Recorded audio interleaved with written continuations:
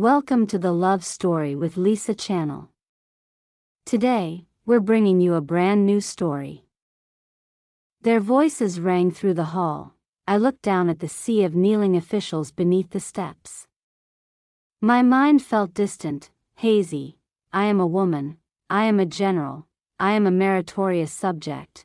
I am father's Chilan child. I am the princess whom the ministers revere from the depths of their hearts. I am the child once scolded by her parents, called wolf-hearted and cruel. I am the unfilial daughter, worse than a beast. I am the orphan girl taken in by strangers, nearly boiled alive. I am the beggar child who sold herself to bury her father. I am the female general who forged earth-shaking achievements. I am the princess praised by His Majesty and the court. The scene before my eyes dissolved into a swirl of chaos and color, until a messenger burst into the hall, threw himself to his knees, and shouted, "Your Majesty! The northern steps have breached Yenshan Pass." The hall fell into stunned silence. I heard my own voice, clear and steady. "Your Majesty, this subject requests permission to lead the army into battle." Before departing, I went to Emperor Liang's grand hall to bid him farewell. This was not the first time I had parted from him, but it was the first time I marched toward a battlefield such as this. In the past 5 years, I had fought countless battles, large and small. My heart had never wavered, because behind me, Father had always been there, watching over me, but this time, there would be no one left to stand behind me. Emperor Liang looked at me for a very long time. In the end, he gave only a soft sigh and said, "Go." On the day the great army departed, I sat astride my horse and could not help turning back. I saw him in the distance, clad in the full imperial court regalia, the solemn ceremonial robes worn by an emperor on grand occasions, complete with the dragon robe and the imperial crown. From so far away, I could not discern his expression. I did not know then that this would be the last time in my life I would feel the warmth of Father's love. Fate is like a wheel that never ceases to turn, driving people forward along a path from which they cannot deviate. In later years, whenever I thought of Emperor Liang, what surfaced in my heart was the lofty Son of Heaven, distant and untouchable. That night left behind only the faintest trace of tenderness, an echo of the days when I had been merely the daughter of Marquis Buyuan. In that home, both parents were alive, brothers cheerful, sisters harmonious. Inside the house, water boiled in the cradle stove to cook meat and vegetables. Outside, snow fell like goose feathers, blanketing the bluestone courtyard in white. My younger brother ate quietly. My elder brother, elegant and composed, personally pinned a velvet flower in my hair. Lingxi recited the standards for students to the younger siblings. Mother embroidered a handkerchief for grandmother. I urged the army onward at greater speed, pressing toward the frontier to save the people who had fallen into enemy hands. Crossing thousands of miles, I reached the battlefield with haste. Master Hugh Sinclair had not expected the one who came would be me.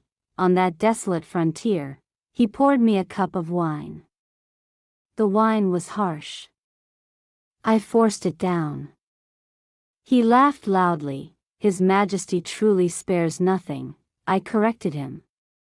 "It is your Majesty now," Master Hugh Sinclair said, "at the end of the former emperor's reign. You were enfeoffed as a commandery princess and ordered into a marriage alliance with the northern steppes. You refused and raised the banner of rebellion. Now the northern steppes demand to wed a princess in exchange for 15 cities. Those 15 cities were once seized by your father. After the former emperor stripped him of military authority, they were taken back." I smiled faintly.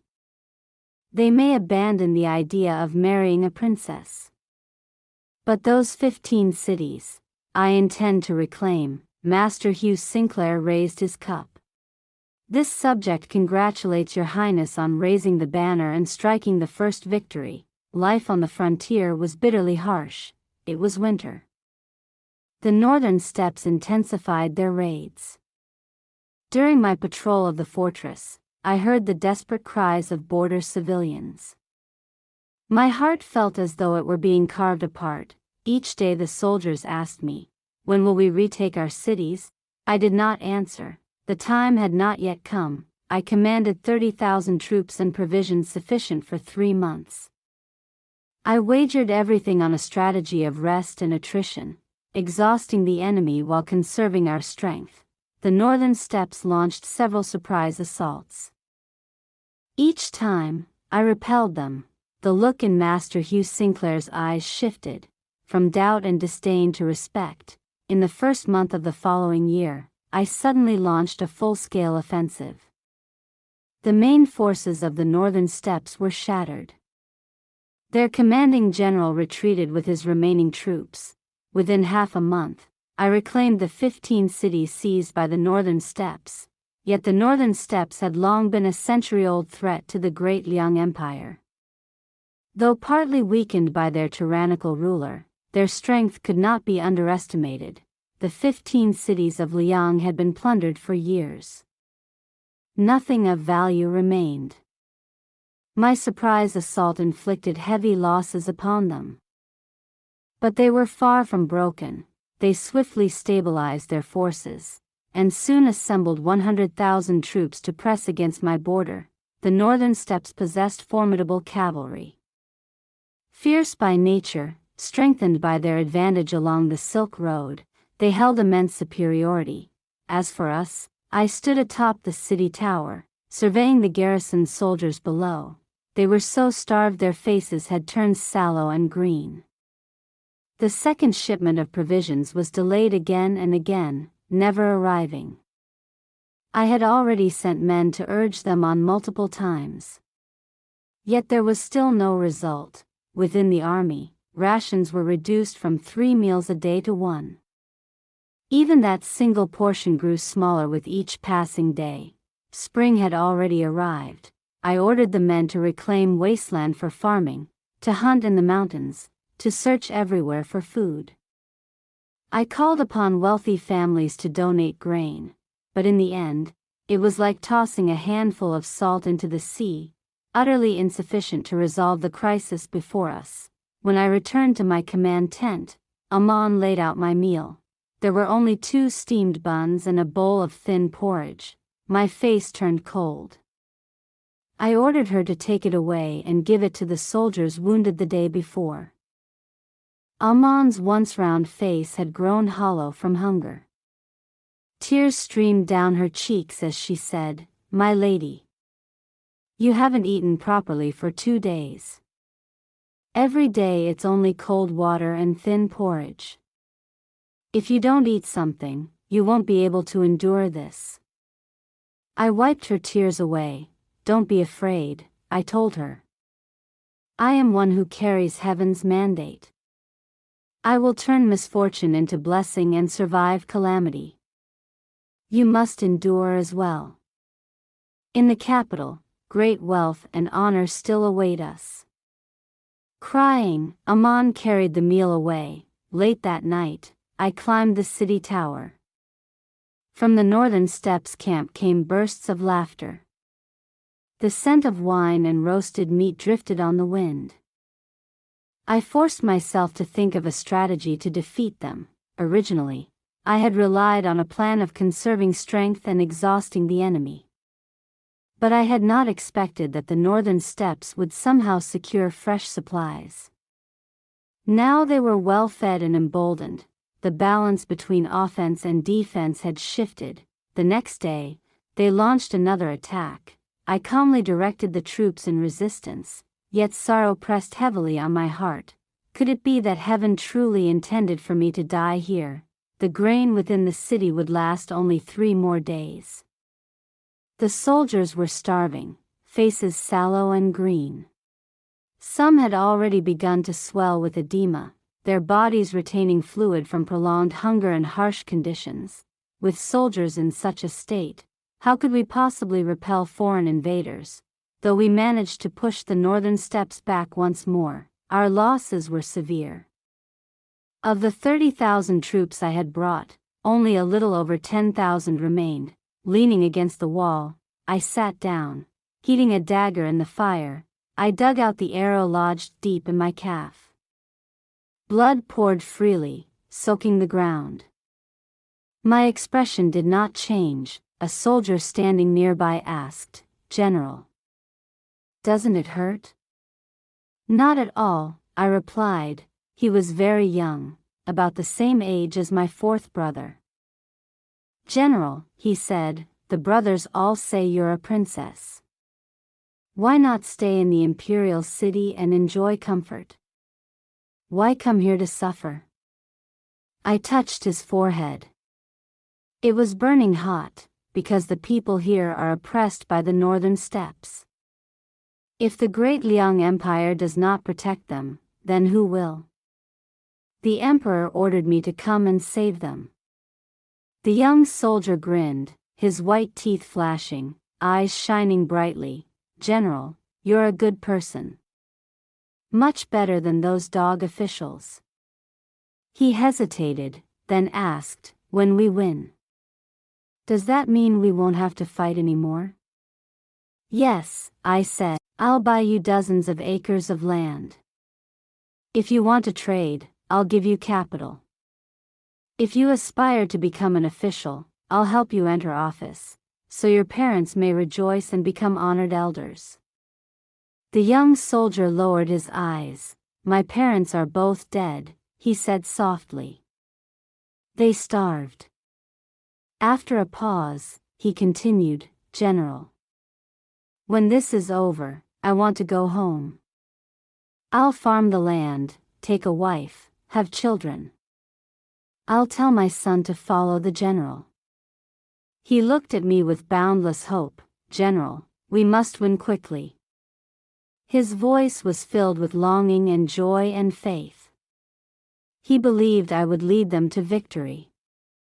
That he would return home with his saved wages, buy a few acres of land, build a house, purchase a couple of oxen, marry a gentle wife.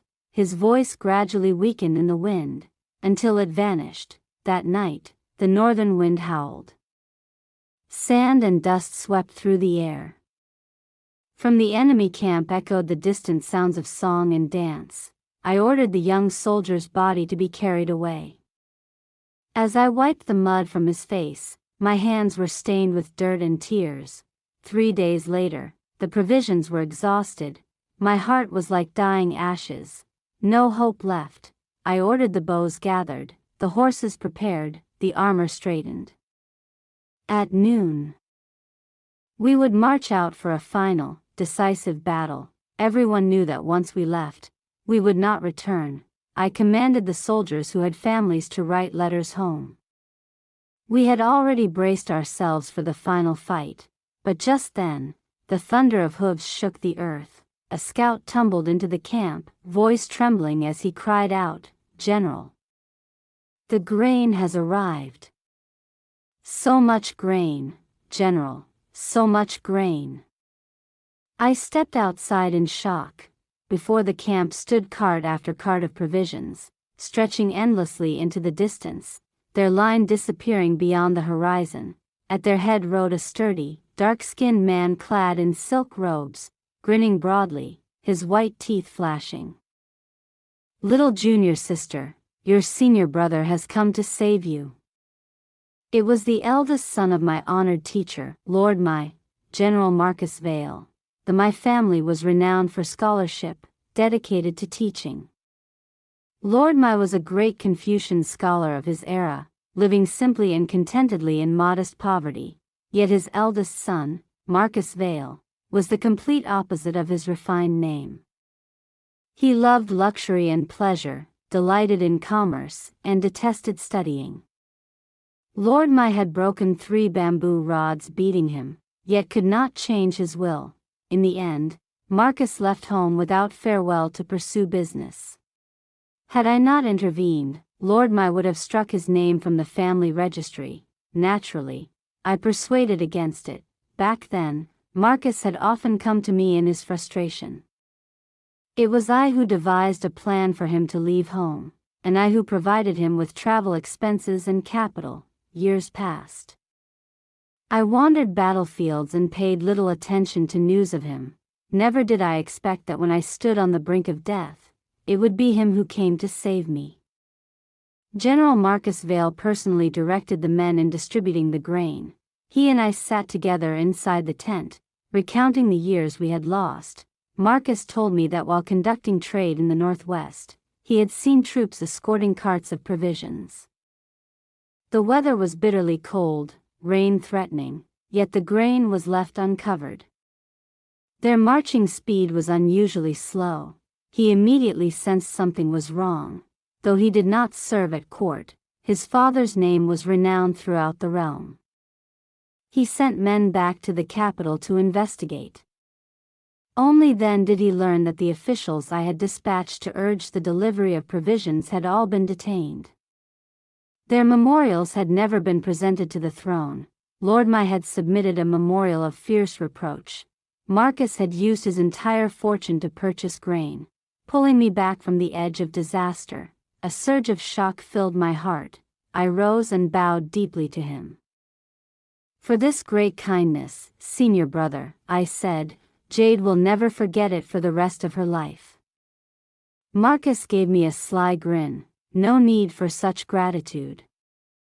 I only hope that when you remain Princess of Qin, you might protect our business ventures and allow us smooth dealings in the future.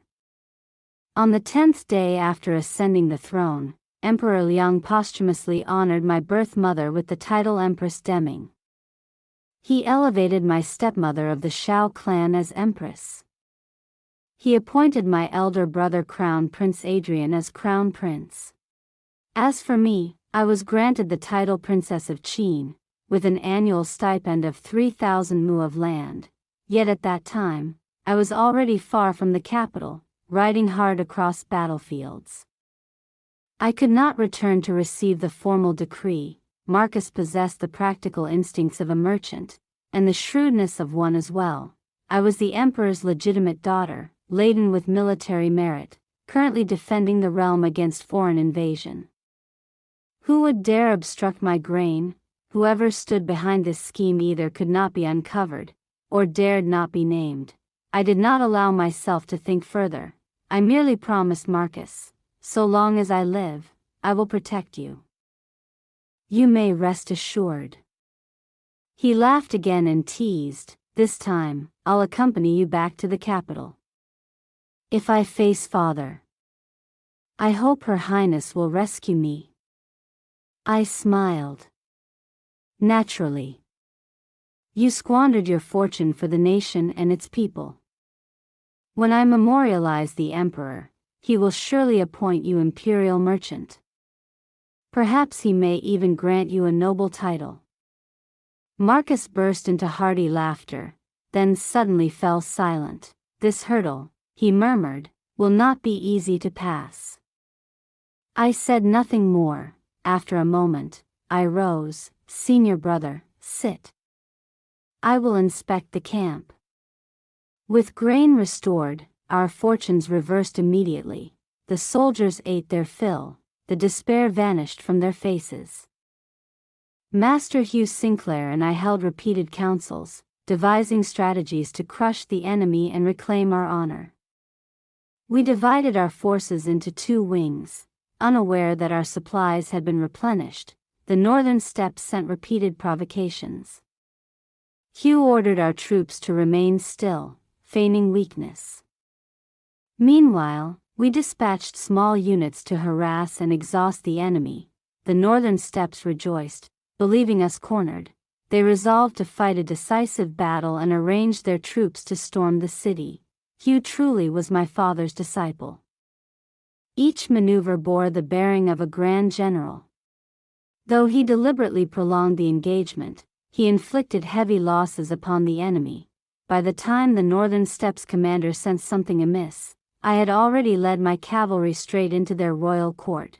We captured the Khan of the northern steppes alive, along with his wives, concubines, and royal kin. The enemy commander abandoned Yenshan Pass and attempted to retreat into defensive formation. But Hugh burned their grain stores to ashes. I led the cavalry in pursuit for 8 days and nights. The northern steppes could not resupply. Their remaining provisions had been destroyed. Driven into a corner, the commander knew hope was lost. He threw back his head and roared to the heavens, like the king of Western Chu at the Wu River, and chose death. Upon my war chariot were bound the royal clansmen of the northern steppes. Fierce riders, eyes blazing with fury. To break their spirit was the true key. Hugh's schemes were all laid for this very moment. The enemy commander had pointed at me and laughed wildly. "I respected your father as a hero," he had said. "Never did I expect you would rival him. Were it anyone else, I might advise surrender. But you," he had invaded my borders, humiliated my nation, plundered my people. I had no intention of sparing him. Seeing through my resolve, he laughed bitterly. "Today, your great Khan and all my kin are bound upon your chariot like cattle. I will not endure such humiliation. I demand a duel, with you, a young woman. Let us see whether you can defeat me." I smiled faintly. "Great Khan," I said, "we shall soon see whether it is I who win, or your general." He ground his teeth in silence. He had spirit, at least. I spurred my horse forward. In my hand was the scarlet flame spear, gifted to me by Emperor Liang. His gaze fell upon it, filled with memory. "I have seen that spear before," he said. "It once took the head of one of my generals." "If it takes yours," I replied calmly, "that would be a fitting end." With a furious roar, he charged. I swept my spear across. He narrowly evaded. His long blade collided against my spear, the shock numbing my hands. But it only ignited my will. Not far away, Hugh and Marcus sat opposite one another, casually cracking melon seeds. Hugh asked, "Who do you think will win?" "My junior sister," Marcus answered without hesitation. "That man is a veteran of more than 30 years of warfare," Hugh remarked. "Her Highness is far younger." Marcus snorted. "My junior sister has faced demons and gods alike. At 14, she knocked Crown Prince Adrian off his horse." Hugh raised a brow. No wonder. The enemy commander truly was formidable. Knowing he had no escape, he fought with the intention of dragging me down with him. But I had survived years upon the battlefield. I was not so easily defeated. We exchanged over a dozen bouts, neither gaining the upper hand. General Marcus Vale tossed a handful of melon seeds toward the men of the northern steppes and shouted lazily, "Junior sister, finish it quickly and come back. Your senior brother will welcome you with wine and cleanse the dust from your armor." I fixed my eyes on a fleeting opening, slipped past his breastplate and chainmail, and thrust straight into his throat. There was a sharp crack. I lifted his severed head high and shouted, "Surrender and live. Resist and die." The soldiers of the northern steppes cast aside their armor and fell to their knees. I smiled faintly, and then released my grip. Across the field, I saw the horrified expression on Master Hugh Sinclair's face. Only then did I feel the warmth soaking my waist. So I was wounded. When I opened my eyes again, the first thing I saw was Amon's red-rimmed eyes. "How long did I sleep?" I asked. She burst into tears. 3 days. Physician White said that if your Highness did not wake, we would have to prepare for the worst. It seemed even the King of Hell refused to claim someone as sinful as I. I told Amon to summon Physician White to take my pulse. Physician White had followed me for years. His parents, wife, and child had all perished in the chaos of war. After I saved him, he devoted himself entirely to my campaigns. He now had several apprentices. Every wound in the army, great or small, passed through his hands. He examined my injuries and sighed heavily. Your Highness, the arrow wound from days ago was never properly treated. And now you have taken another blade from that barbarian. Had you not worn armor to blunt most of the force, you would have been cleaved in two. The external wound will heal quickly, but the internal injury requires careful rest. I felt only weariness. It would have been easier to die, I muttered. To my surprise, Aman, grinding herbs nearby, began crying again. Does my lady wish to abandon this servant? You fight for the nation and the people. You are the best of women. You will surely live 100 years. Her sobbing gave me a headache. Physician White looked equally exasperated and drove her outside before continuing my treatment. Master Hugh Sinclair also came to see me. The Khan of the Northern Steppes and his great consort are imprisoned, he reported. I have submitted a memorial to the Emperor detailing all of your Highness's achievements. What you have accomplished this time, though not unprecedented, I dare say there will never be another like you. A woman who carved open the heavens themselves. I leaned against the pillows. You flatter me, General. Seeing my fatigue, he withdrew. Physician White had once been merely a village doctor, his skills unremarkable. But years of hardship in the military camp had sharpened his craft. After 2 months of recovery, I was able to move again. The new year approached. Hugh arranged for trusted men to garrison Yenshan Pass and accompanied me back to the capital to report. Concerned for my health. He slowed our pace. The mountains were majestic and severe. Along the way, Hugh casually eliminated a few bands of mountain brigands, as though it were mere entertainment during dull marches. One day, he invited me to his quarters. Unsuspecting, I went. He pushed a youth forward toward me and said jokingly, while clearing out bandits, I found this one. The boy has good bones. I present him to your Highness. If he may serve at your side, it would be his blessing. I looked at him silently. He returned my gaze with confidence. I could not help coughing twice. His expression shifted, from smug assurance to faint doubt. Your Highness does not like him? I seated myself and poured tea. General, I said calmly, have you misunderstood something about me?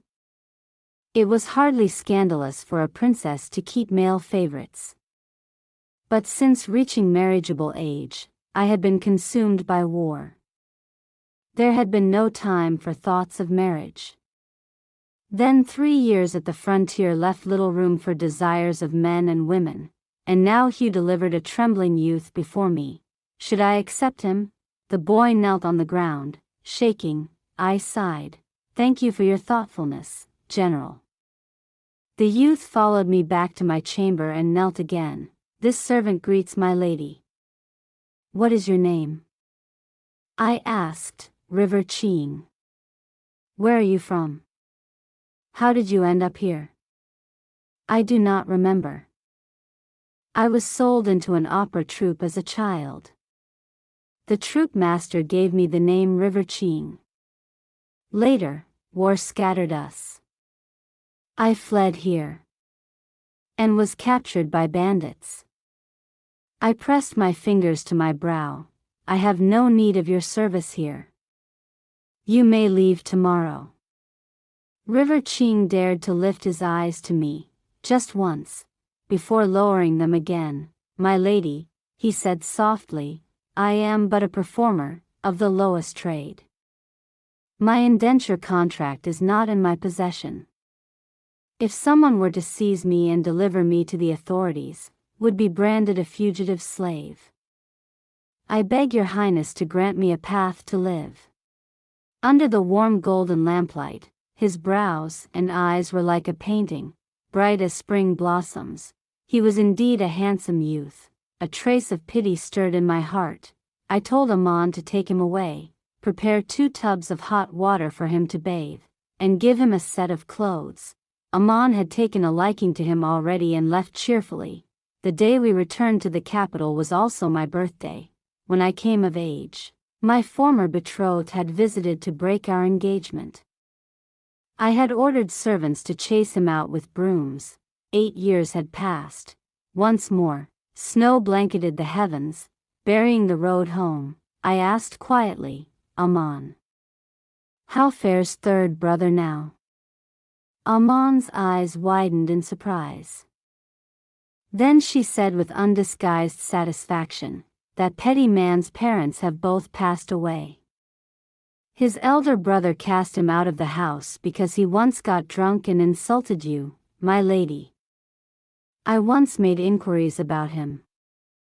He abandoned all his so-called pride and went to sit for the imperial examinations, dreaming of becoming top scholar. But he only ever passed the Shuozai level.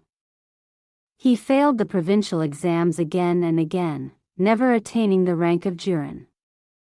When you went to the frontier, he stayed home all day drinking wine, doing nothing, not even reading. I could not help but laugh, back then, for the sake of his trampling my honor beneath his feet. The head of the Xiang family personally came to apologize, yet my father firmly demanded the return of my betrothal letter. And still he had the audacity to come alone to seek a Ling's hand in marriage. At that time, father and I were away, traveling on official matters. Madame Xiao ordered her servants to beat him soundly and throw him into the street. From beginning to end, he never even caught a glimpse of a Ling. Father treated the whole affair as a joke when he mentioned it later. But Amon remembered it in her heart. Day after day she gathered news about the Xiang household. That foolish child, she felt indignant on my behalf, burning incense and praying that the Xiang family would decline into ruin and poverty. The misfortunes of Xiang Sanlang became her daily entertainment. When I came of age, I still carried a trace of a young girl's tender feelings. To have someone openly come to my door to annul our engagement, though I pretended not to care, there was indeed a sting in my heart. But now, after enduring great storms and witnessing the rise and fall of countless lives, Xiang Sanlang, I could scarcely even remember what he looked like. In the second year after I rode to the frontier, my elder brother celebrated his grand wedding.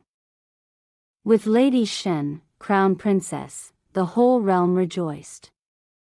A Ling was also betrothed to the top scholar of that year. In her letter, Empress Xiao told me that the top scholar was gentle in temperament, from an upright and honorable family, his mother kind and amiable. A good household to entrust one's life to, that was enough. I rode through wind and snow toward the imperial city. Before the palace gates, the crowd was dense as a tide. At their head stood Emperor Liang. It had been several years since he ascended the throne. He had grown ever more imposing, majestic and awe-inspiring. His hand rested upon the Son of Heaven's sword. None dared meet his gaze. I dismounted, performed a formal salute, and said, "Your subject greets your majesty." Father raised me with both hands. "General, you have labored for many years, risking life and death countless times. Today your triumphant return is a great joy for the nation. I have prepared a banquet in Jianzhong Palace, where all ministers shall celebrate your victory." His voice was calm, but the hands holding mine trembled slightly. He looked at me and smiled. "Father has prepared fine wine and good dishes for you. Come, have a few cups with me." I smiled in return. "Your daughter obeys." That night at Jianzhong Palace, ruler and ministers were in harmony. Warmth filled the air. The Khan of the Northern Steppes and his great consort were also granted seats. Emperor Liang raised his cup toward the Khan. "Khan, that you and I sit here together with my ministers today, such fate must be heaven's will. I toast you. The Khan hurriedly returned the salute. I poured myself a cup of wine and drank leisurely, savoring the strange destiny between ruler and subject. Truly, it was a fate between sovereign and vassal. Once, the great Yen had bowed to the northern steppes as subject to ruler. Now the northern steppes bowed to the great Liang Empire, and we were the sovereign. The world turns and turns, how it stirs one's sighs. After the banquet, Father ordered that I remain in Jianzhong Palace to speak with him of old times. The court recorder boldly remonstrated, saying it was inappropriate. Even the crown prince has not received such an honor. Your Majesty's exceptional favor may not be fitting. The court recorder was an official responsible for recording the emperor's daily words and deeds, preserving them for the compilation of history and for future reference. Father, slightly flushed with wine, waved his hand. They are brother and sister within the same family. What has the crown prince to doubt?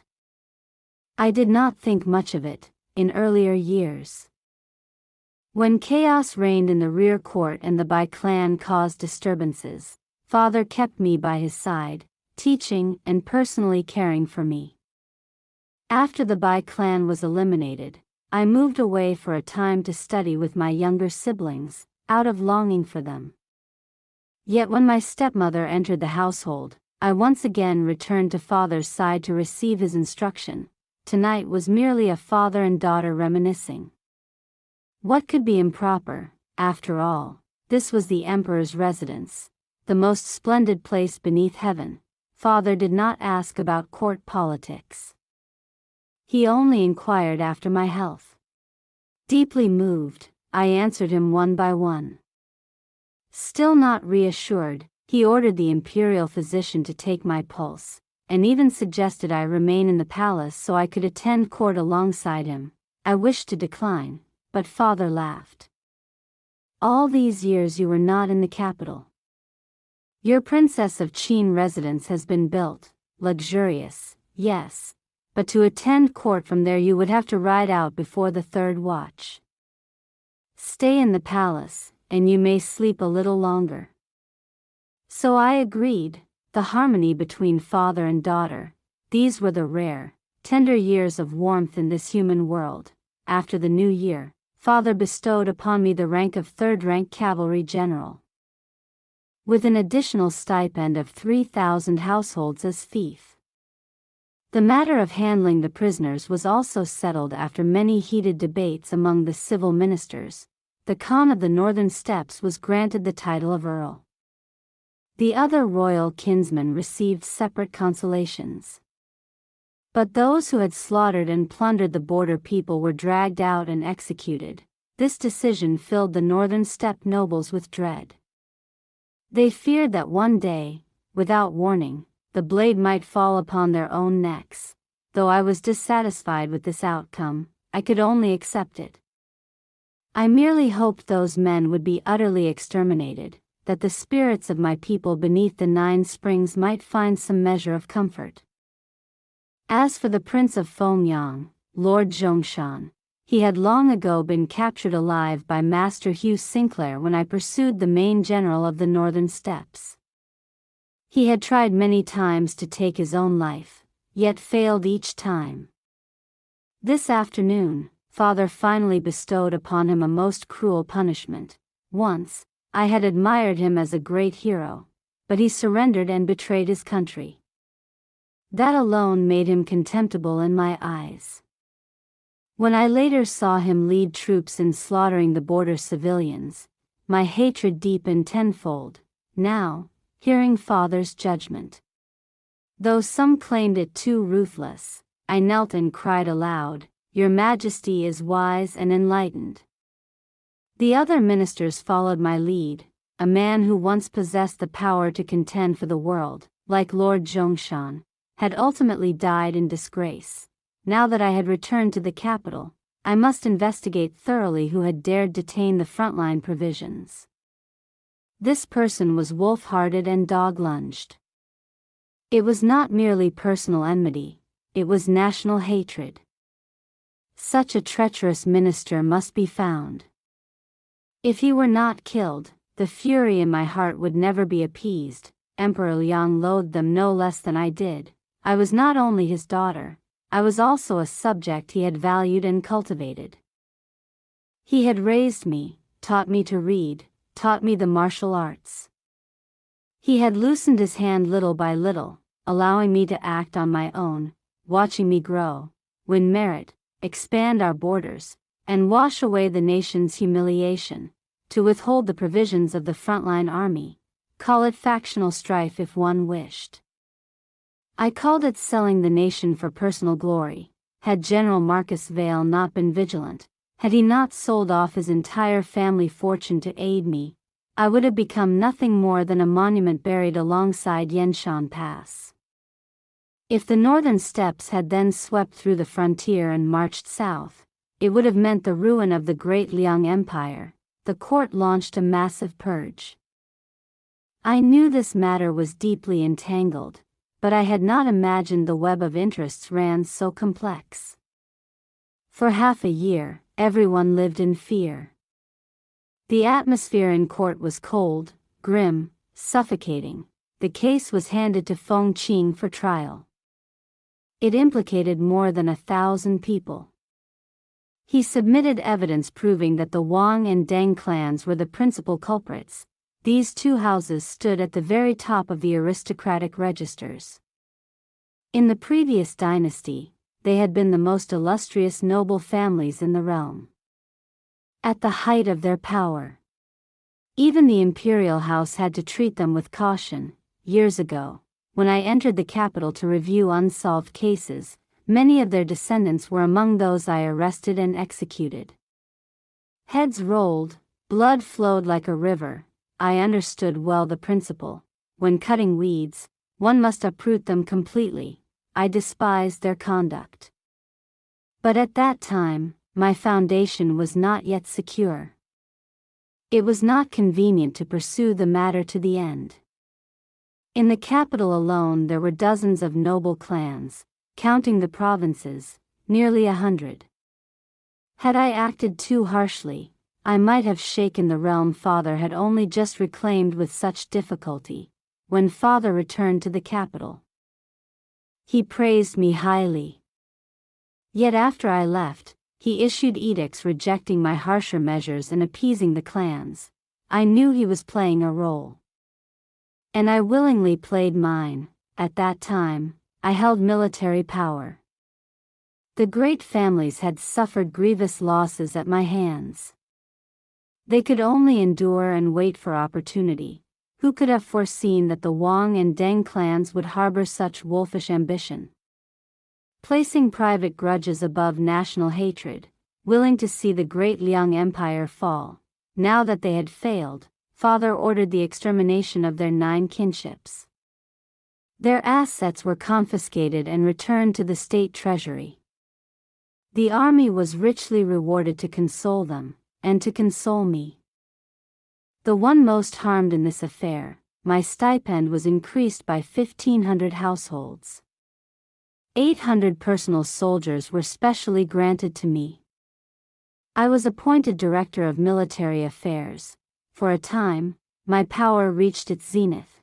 In Taiha Hall, I received the decree and gave thanks, then feigned illness and declined the office. The emperor was deeply moved. He ordered Vice Minister Sheninghe to temporarily assume the post. Late one night, someone knocked at the Princess of Qin's residence. Amon personally led the visitor inside. The man removed his hood and bowed deeply. "Your Highness." I stood straight, composed and dignified. Turning, I said, "Feng Qing." It was indeed Feng Qing. "Sir," I asked lightly, "have you come at this late hour to drink tea with me?" He smiled bitterly.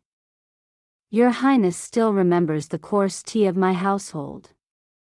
But tonight I have not come for tea."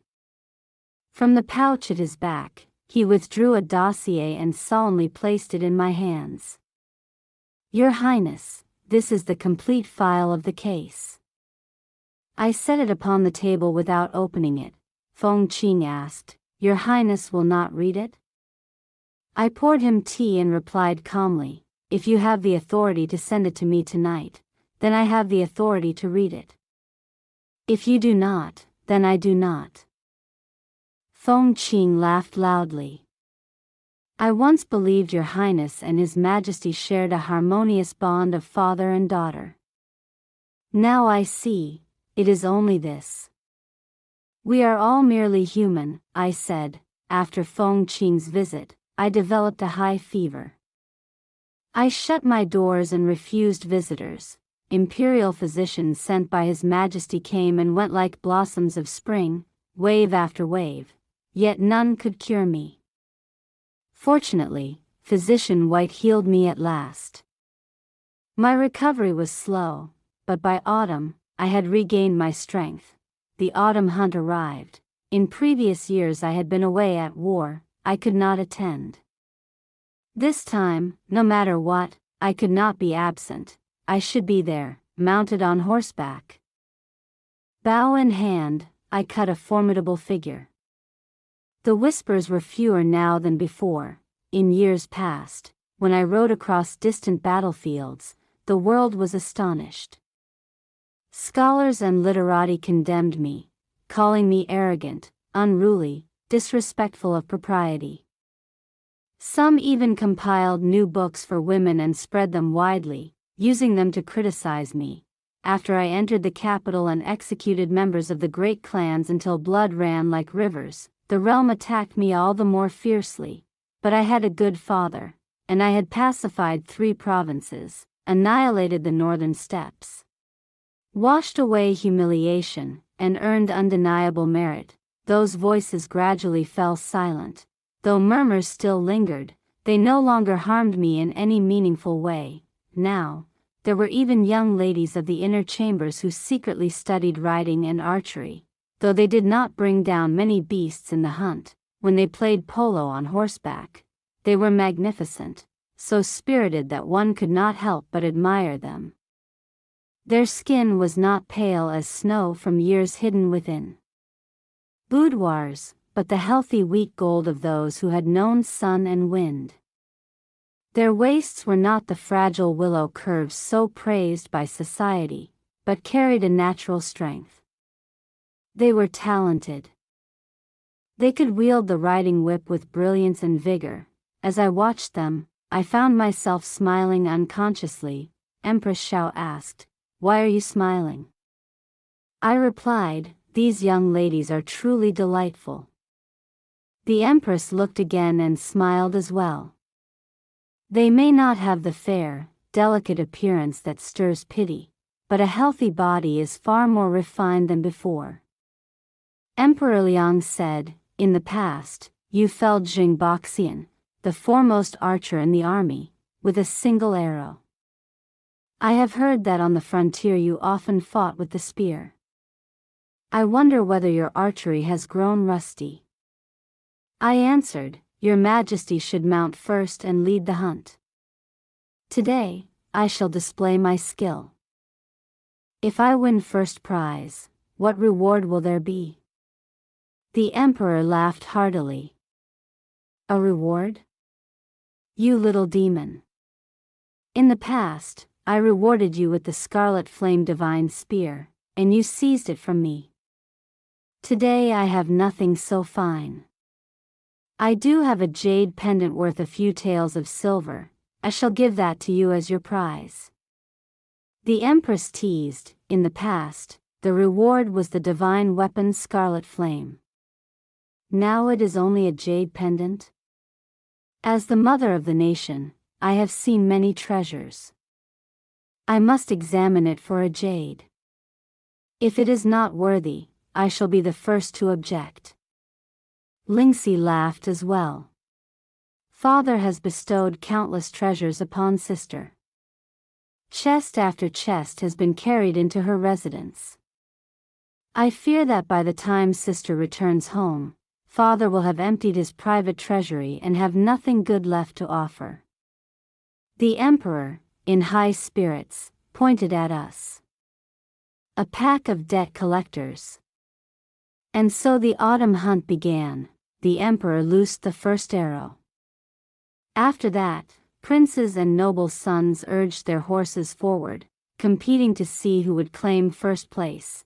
I had long mastered bow and horse. Hunting was as easy to me as turning over one's palm. I focused only on large prey. The smaller deer and hares I let pass. Tonight's feast would consist of whatever game was taken. The ministers praised my valor and offered congratulations. I drained my cup of wine, then carried the wine jar to seek out Crown Prince Adrian and shamelessly requested a plate of hawthorn cakes from his table. At first, the Crown Prince stared in surprise. Then he smiled helplessly. "You are still such a child." I casually picked up a piece and ate it. He asked with concern, "Is that enough?" I smiled. "It is." On the third day, I chased a stag deep into the forest. The woods were thick, and beside a clear stream I dismounted, crouched, and scooped water into my hands. The moment I rose, an arrow struck the earth just before my feet. I lifted my head. On horseback sat my elder brother. Composed and elegant, I drank deeply from my water skin. Then I drew my bow. 3 arrows, only 3. But his expression changed. All 3 arrows sank deep into the trunk of a tree behind him, leaving only their fletching trembling in the air. And a lock of his hair had been cleanly severed. The Crown Prince's face blanched. "What are you doing? Do you intend to kill me?" To plot against the Crown Prince is treason. I smiled faintly. "It cannot compare to your Highness's wolfish heart, slaughtering your own kin." He fell silent at first. Then he smiled gently. "So you already know. But how much do you know?" "Ah, I nearly forgot," he added lightly.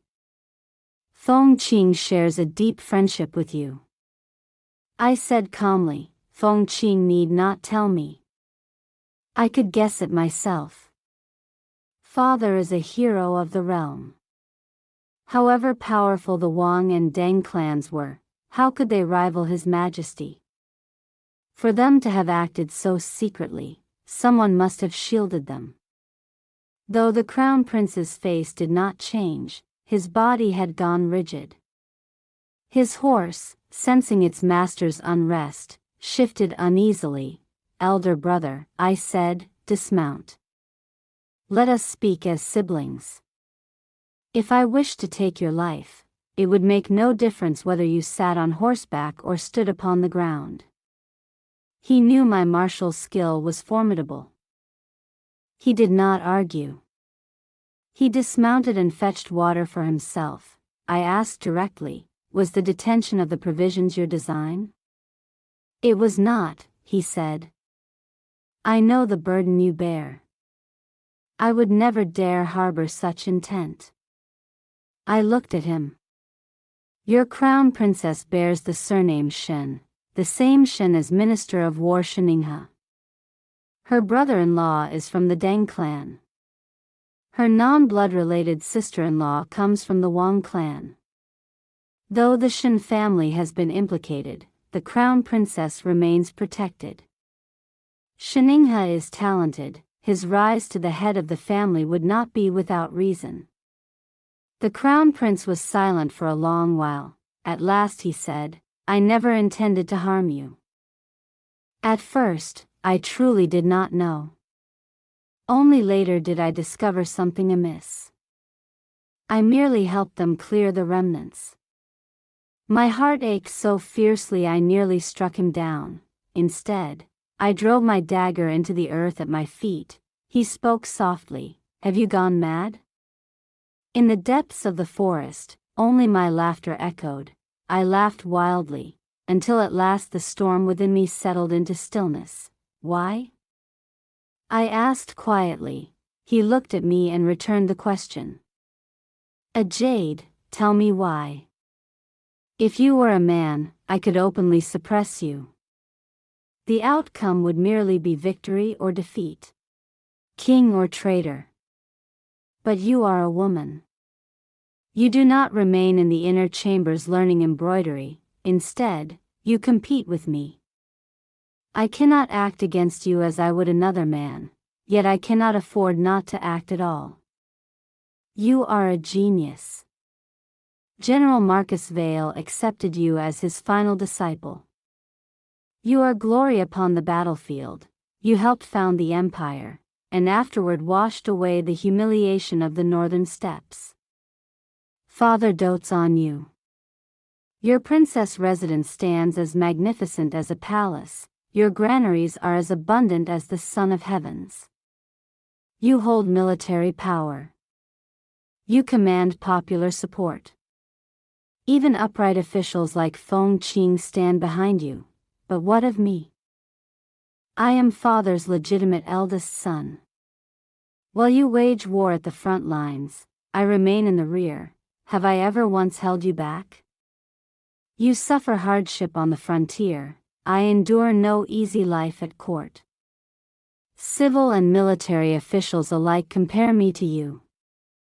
They say I am not as clever as you, not as learned, not as understanding of the people's suffering, a jade.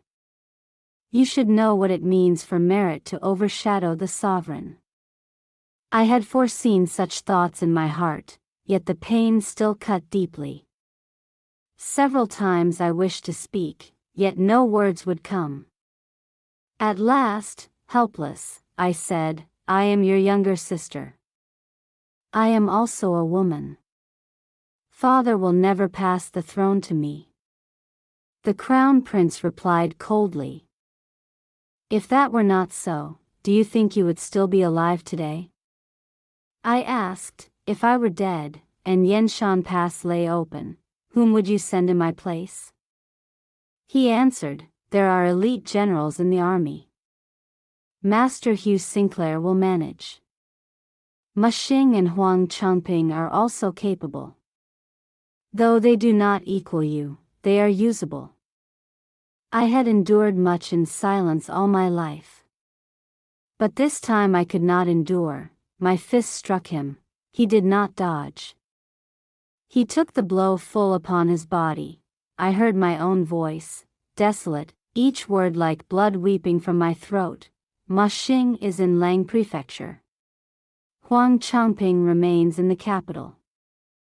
Their marching and combat skills do not equal mine. The soldiers under their command are no match for the black armor army I trained with my own hands. It would take them a month to reach Yanshan Pass. On the battlefield, a moment's delay can change everything. The great Liang Empire is newly founded. You are the crown prince. Would you bury tens of thousands of lives and drag great Liang into the mire? He pushed me aside and calmly adjusted his sleeves. Those two are inferior to you in every respect, he said evenly, but they can still block the northern steppes beyond the Yellow River. Father and I, united as father and son, would at most need 10 years to reorganize the forces and crush them completely. And north of the Yellow River? I asked. He did not answer. The agony within me surged so violently that I spat blood. I drew my dagger and slashed. He dodged in haste. But the dagger was keen, and I was swift. Seeing he could not fully evade, he closed his eyes. I cut only half his crown tassel away. His long, smooth hair spilled down his back. The crown prince stood tall and handsome beneath the reddening sky. I tore a strip from my sleeve, severing ties. Pointing to heaven, I swore, from this day forth, the bond between Meng Yu and her elder brother is severed. I will not bear the name of cruelty as you have. From now on, we are as fire and water, siblings turned strangers. Take care of yourself. He stood stunned, then he laughed softly. A jade, come here. Let me tell you a secret. But the sun had already slanted westward, crimson clouds blazing along the horizon. I dragged the stag back toward the temporary palace. My archery had been erratic today. The deer was not yet dead. It lay on the ground, crying in pain. I was thirsty. During my quarrel with the crown prince, my water skin had spilled dry. So I drew my dagger, cut the stag, and drank its blood. Afterward, I applied medicine and bandaged its wound. It was gentle. Though I had shot it and taken its blood, it bore no resentment. Its dark eyes were clear and soft. It even licked my hand. I lifted it, bound it across my horse's back, and led the horse along a narrow path back toward camp. The trail was thick with brush and jagged stones. I hacked my way through with my dagger. By the time I reached the hunting grounds, the blade was chipped. I handed the stag over to an official and ordered him to care for it properly. Seeing its sleek fur and smooth antlers, he was delighted and readily obeyed. Afterward, I found myself with nothing to do. My fingers brushed the edge of the damaged blade. A faint sadness rose in me. This dagger had been Father's gift. It bore no grand name like the Scarlet Flame spear, yet it was a fine weapon. Now it would need reforging, at no small expense. As I passed along a splendid corridor, I heard bursts of laughter. At first, I did not wish to intrude. But faintly, I heard the words Princess of Qin, and so I paused. A eunuch approached. Not recognizing me, yet knowing from my bearing that I was of noble status, he bowed deeply. Honored lady, why are you here? Shall this servant prepare a bath for you? He did not dare raise his eyes. I knew I must look filthy, yet I had no mind to tidy myself. What is happening inside? I asked. Why such merriment? He replied, the young masters and ladies of the great clans are composing poetry and prose. Prince Rowan of Yanghua is present as well. Prince Rowan of Yanghua, Afan's title. My younger brother was quiet and withdrawn. I had not known he had companions of his age. The eunuch seemed about to say more, but I had already stepped forward. Not wishing to disturb them, I sat down in the corridor beside the hall. I did not even know what I meant to do. Though Afan held the highest rank among them, he was not the center of attention. The sons of the great clans had long been famed for their elegance.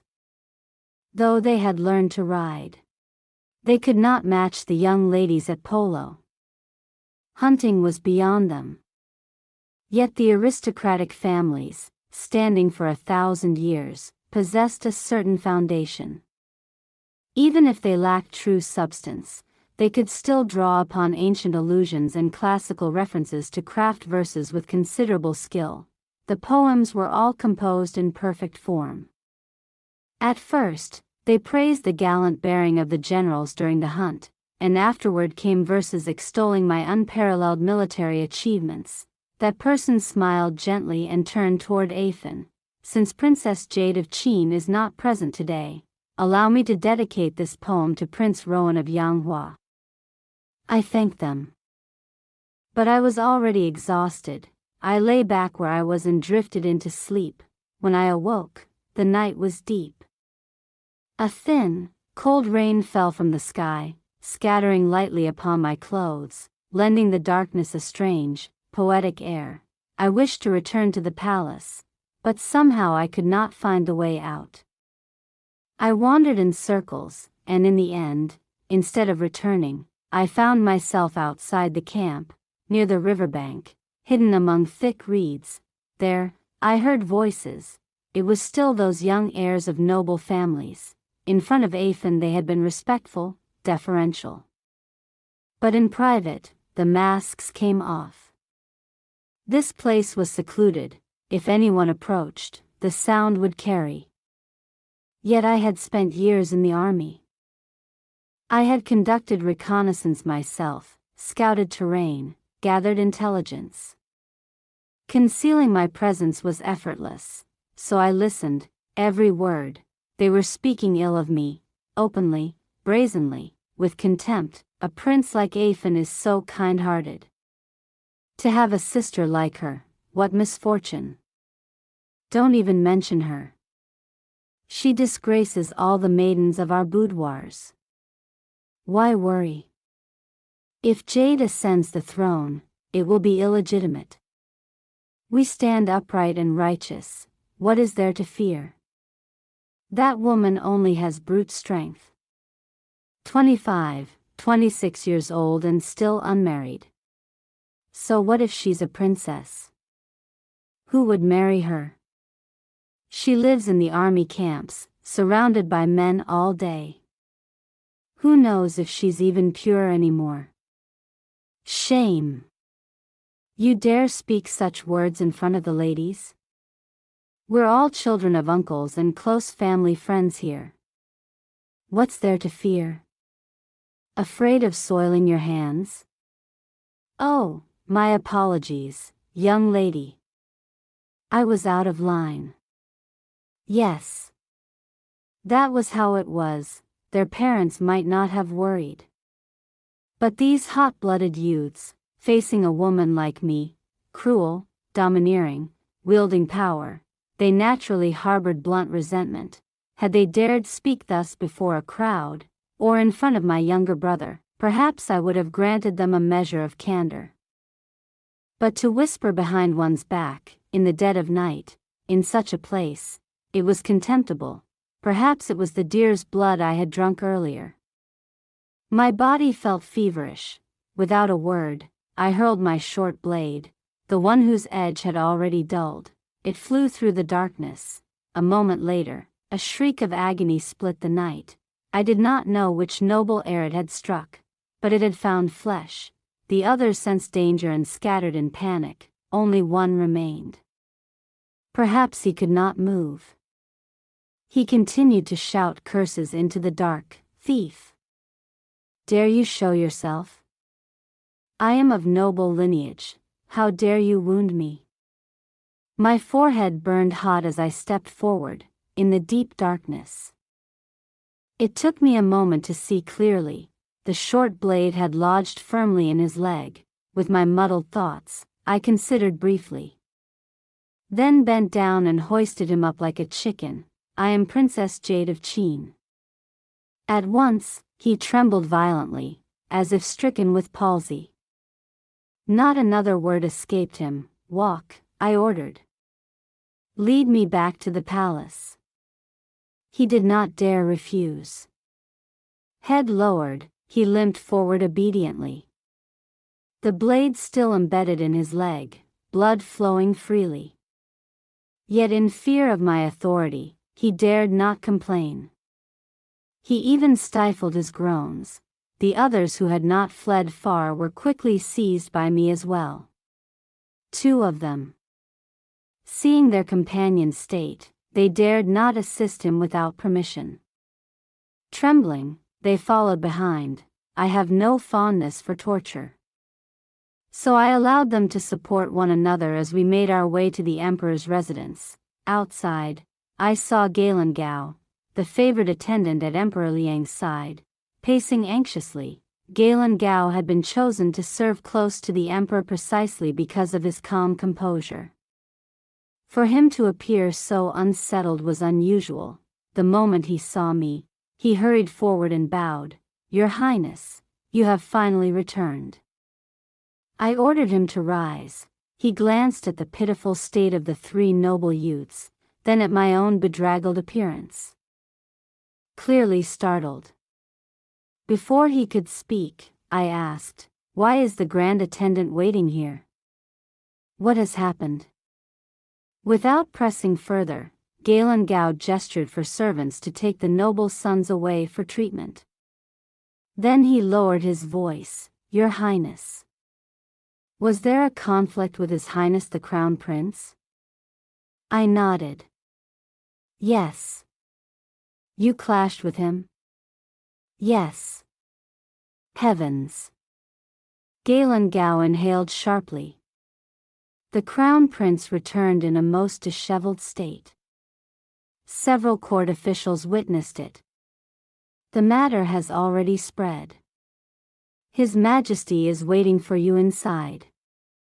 Her Majesty Empress Xiao feared something was amiss and sent this servant to find you, and to warn you to prepare yourself. I nodded with a faint smile. You have my thanks, Grand Attendant.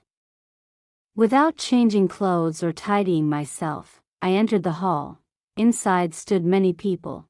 Crown Prince Adrian had already washed and changed. His jade crown had been replaced. Only the lock of hair I had cut remained uneven, and the wound upon his face could not be concealed. I bowed. Your daughter greets your Majesty. Emperor Liang's voice was steady. Why have you returned so late? I shot a deer. I was exhausted and rested for a while. I did not look up. I did not see the Emperor's expression. I remained bowed until he commanded me to raise my head. Was your elder brother's injury caused by you? Yes. A minister immediately stepped forward, reprimanding, Your Highness, such conduct toward the Crown Prince is deeply disrespectful and harbors ill intent. The Emperor ignored him. Why? He asked me calmly. Why did you do it? I replied, Your daughter does not know what the Crown Prince has told your Majesty regarding this matter. It was again that same minister who spoke up. The Crown Prince is the victim. Does His Highness truly need to be threatened? I laughed. The Crown Prince, who had always looked down upon women, was now said to have been threatened by a woman, before his own ministers. How the world turns. I wondered how that lofty and dignified Crown Prince felt in his heart. I looked straight at Crown Prince Adrian. He feared me, yet I chose to play the part of a devoted sister. My voice softened. Intimate, royal brother, why not tell everyone what grievance lies between us, that it drove brother and sister to raise hands against one another? We are family. We should support each other. Why remain silent today and let me bear unjust blame? My head spun. My face burned red. The moment I returned, I already knew the fever had risen high again. The hall was filled with civil and military officials. No one noticed. If this had been before, it would have become a grand affair. Now, everything felt heavy, my spirit faltered. I no longer wished to speak.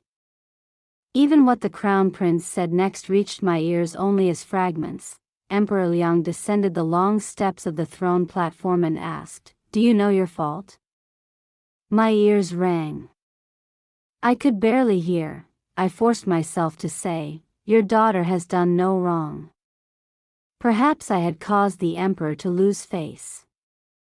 He was furious, yet seemed at a loss for words. I was dragged outside.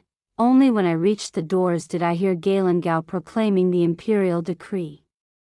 The cold rain soaked through my clothes. Only then did I understand.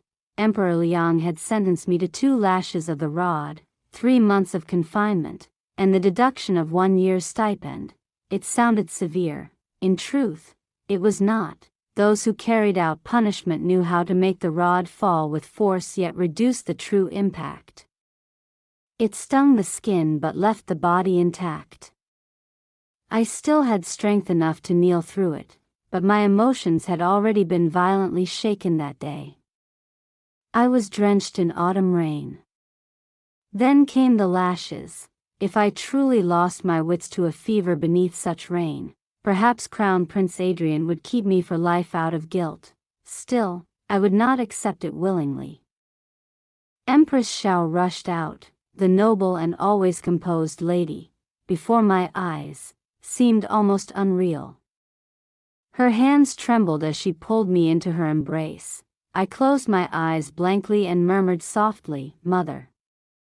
When I awoke, I was already inside the princess residence. Galen Gao was guarding outside. Seeing me awake, he let out a long breath of relief and muttered repeatedly, "The Bodhisattva has shown protection." "Why are you here?" I asked. He handed me a special decree from Emperor Liang, granting me the rare privilege of exemption from kneeling. When I unfolded it, I finally understood why the emperor had been so furious that day. At the time, my fever would not subside. I had no strength to argue.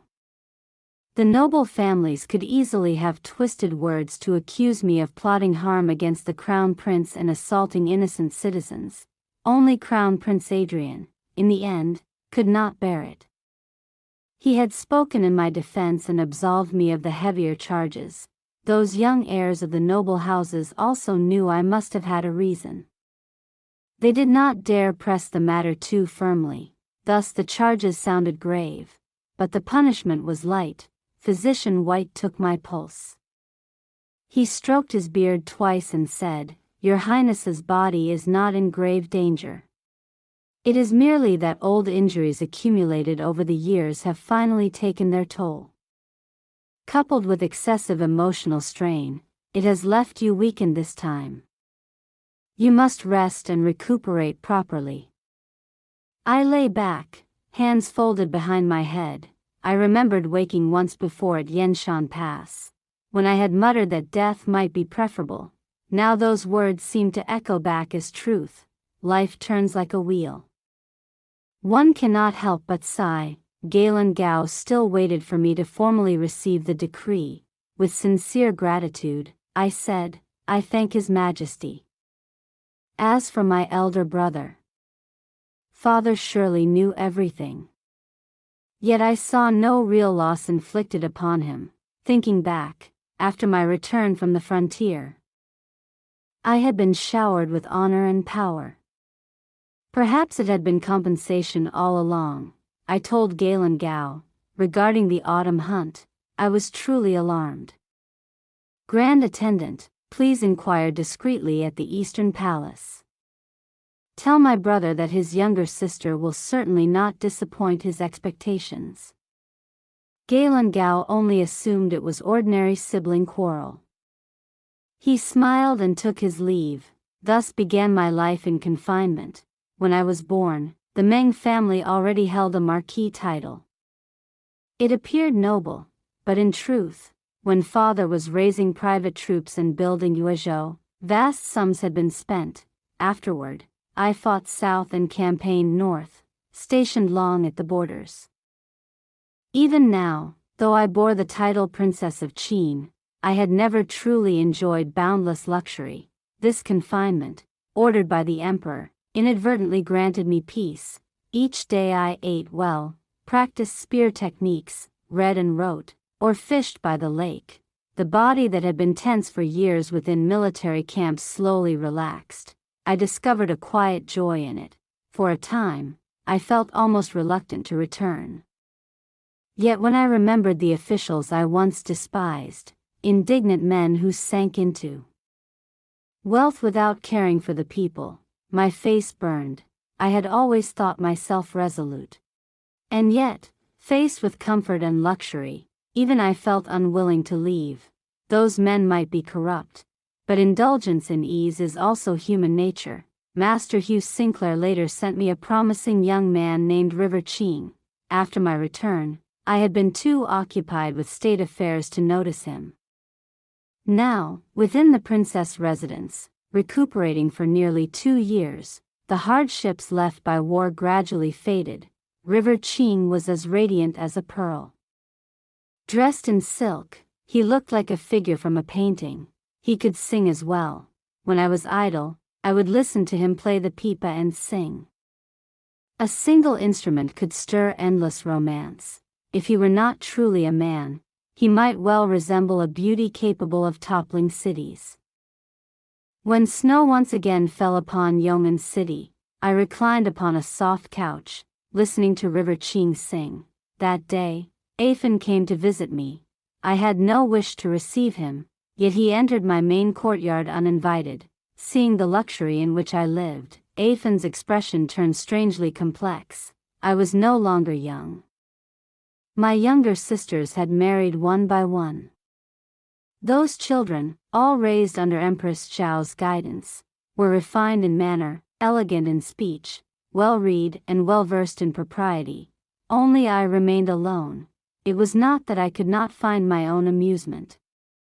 Yet in Afan's eyes, perhaps I was different from the other sisters, perhaps even a source of embarrassment to him. He sat down and asked softly, "Elder sister, what truly happened between you and Crown Prince Adrian?" The warmth of the chamber made me drowsy. I answered vaguely, "What matter are you referring to?" Afan said, "In the past, you and elder brother were very close. He has always been benevolent and attentive toward you. Why did things turn out like that during the autumn hunt?" I let out a cold laugh. "For years, you paid no mind to your sister. Today you come, only to question me?" Afan hurriedly said, "Fanner would not dare." My tone sharpened. "What is it that you would not dare?" "Afan, you have resented me since I returned home. You shut yourself away in the rear courtyard, unwilling to speak even a single word to me, when I was punished by Emperor Liang, lashed beneath the cold autumn rain, when it chilled to the bone. Our stepmother knelt beside me, shielding me beneath her cloak. But my own twin brother did not step outside.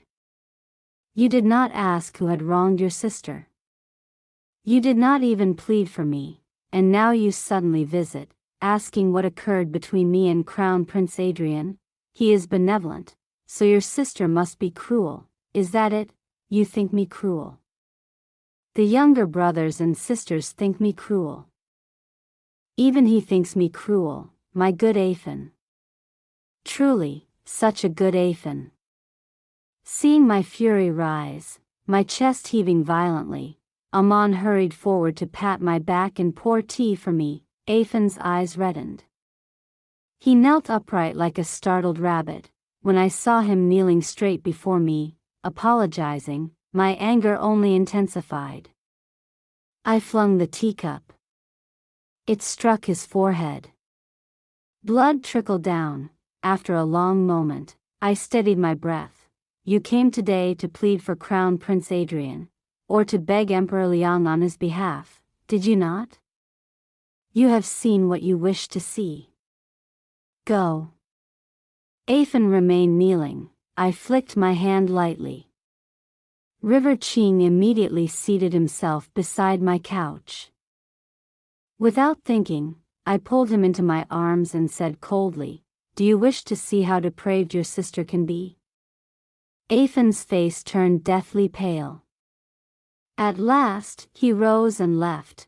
When he was gone, I pushed River Qing away and closed my eyes. Yet my heart still churned restlessly. Peace would not come. I was about to rise and practice a set of blade techniques in the courtyard when a faint fragrance drifted close. Slender white fingers, pale as scallion stems, began massaging my temples. River Qing said in a wounded tone, "Your Highness uses this servant and then casts him aside. It truly wounds the heart." I felt much better, but did not reply. River Qing leaned closer, wrapping his arms around me, his voice low and aggrieved. "This servant knows his lowly place and dares not hope for anything. To serve your Highness in even the smallest way is already a blessing." Raised in an opera troupe since childhood, he knew too well how to use his beauty to survive. It was instinct. I felt a trace of resistance. "You need not behave so," I said. His movements stiffened. After a moment, he asked quietly, "Does your Highness despise this servant for being unclean?" When the troupe dissolved, I was still young. No one defiled me. Though I am of humble origin, my body remains untouched. I did not open my eyes. "You did not sell yourself to the princess residence. You need not call yourself servant. I admire your appearance. I admire your skill in music. You have suffered enough. I will not humiliate you. You should learn to read, study, or find something meaningful to do. River Qing's whole body stiffened. Hesitantly, he said, Your Highness, you are truly different from other nobles. A maid knocked and entered, whispering something to Amon. Amon knelt beside me and said, My lady, the second prince has departed. I was exhausted beyond measure. Amon dismissed River Qing, tucked the blankets tightly around me. The bedding was thick, soft, and warm. My lady, Amon asked gently. If you did not wish to see the second prince, why allow him in? He has not visited in a long time. Today he came, only to be reproached. Over time, even blood relations will grow distant. No one else would dare speak to me so. Only Amon could offer such counsel. My mind cleared slightly. Yet when old memories surfaced, I could not help but sneer. Afin and I were twins, born scarcely an incense stick's time apart. We endured hardship together. And yet he could hide in the rear courtyard for years, timid to the point of uselessness. Our mother was gone. Was I, his only elder sister, incapable of teaching him otherwise? Amon rarely saw me this angry. She dared not speak further, only carefully tucked the quilt around me and prepared to withdraw. Amon, I called. Yes, my lady?